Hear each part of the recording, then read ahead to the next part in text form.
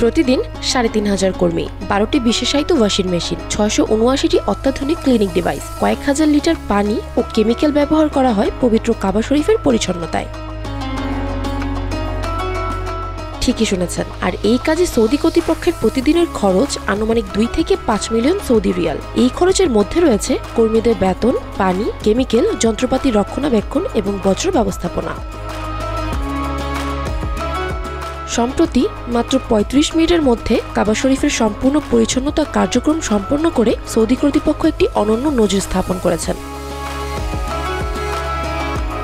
পবিত্র কাবা ও মসজিদে নববী ইসলাম ধর্মের সবচেয়ে পবিত্রতম স্থান। সাধারণ দিনগুলোতে প্রায় ৫ থেকে ১০ লক্ষ মুসল্লি মসজিদুল হারামে ইবাদত করেন। রমজান ও হজ মৌসুমে এই সংখ্যা বেড়ে ২০ লক্ষ থেকে ৩০ লক্ষে পৌঁছে যায়। এই দুই পবিত্রতম স্থানে প্রতিদিন প্রায় ৭০ থেকে ১০০ টন বজ্র তৈরি হয়, যা পরিষ্কারের জন্য কাজ করে বছরে ৩৬৫ দিনে ৩,৫০০ কর্মী। হাজিদের ইবাদতে যেন কোনো বিঘ্ন না ঘটে সেই বিষয়টি বিশেষভাবে নজরে রাখতে হয় পরিচ্ছন্নতা কর্মীদের। এই পবিত্র স্থানে পরিচ্ছন্নতা ও রক্ষণাবেক্ষণ একটি অত্যন্ত গুরুত্বপূর্ণ ও চ্যালেঞ্জিং কাজ।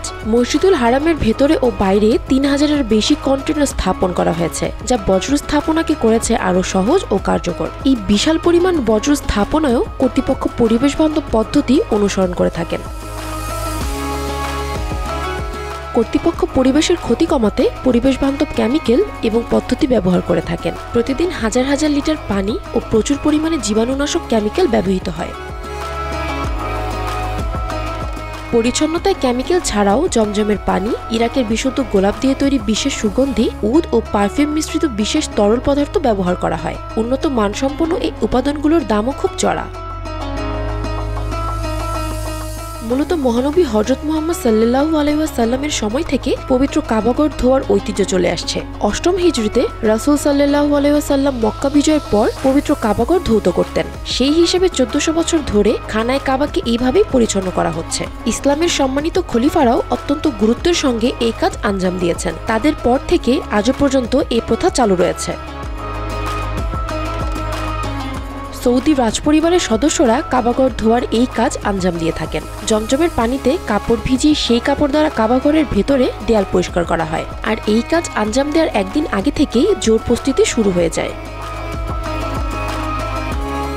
কাবাঘর ধোয়ার পর তোয়ালে দ্বারা পানি মুছে ফেলা হয়। মেহমানরা চলে যাওয়ার পর পরিচ্ছন্ন মেঝে কাপড় দ্বারা ঢেকে ফেলা হয়। তখন দেয়ালের উপর জমজমের পানিতে ভেজানো গোলাপ জলে পানি মিশ্রিত সাদা কাপড় দিয়ে মুছে দেওয়া হয়। কাবার ভেতরের দেয়াল ৩ মিটার লম্বা এবং তার ছাদ সবুজ রেশমের কাপড় দ্বারা আবৃত।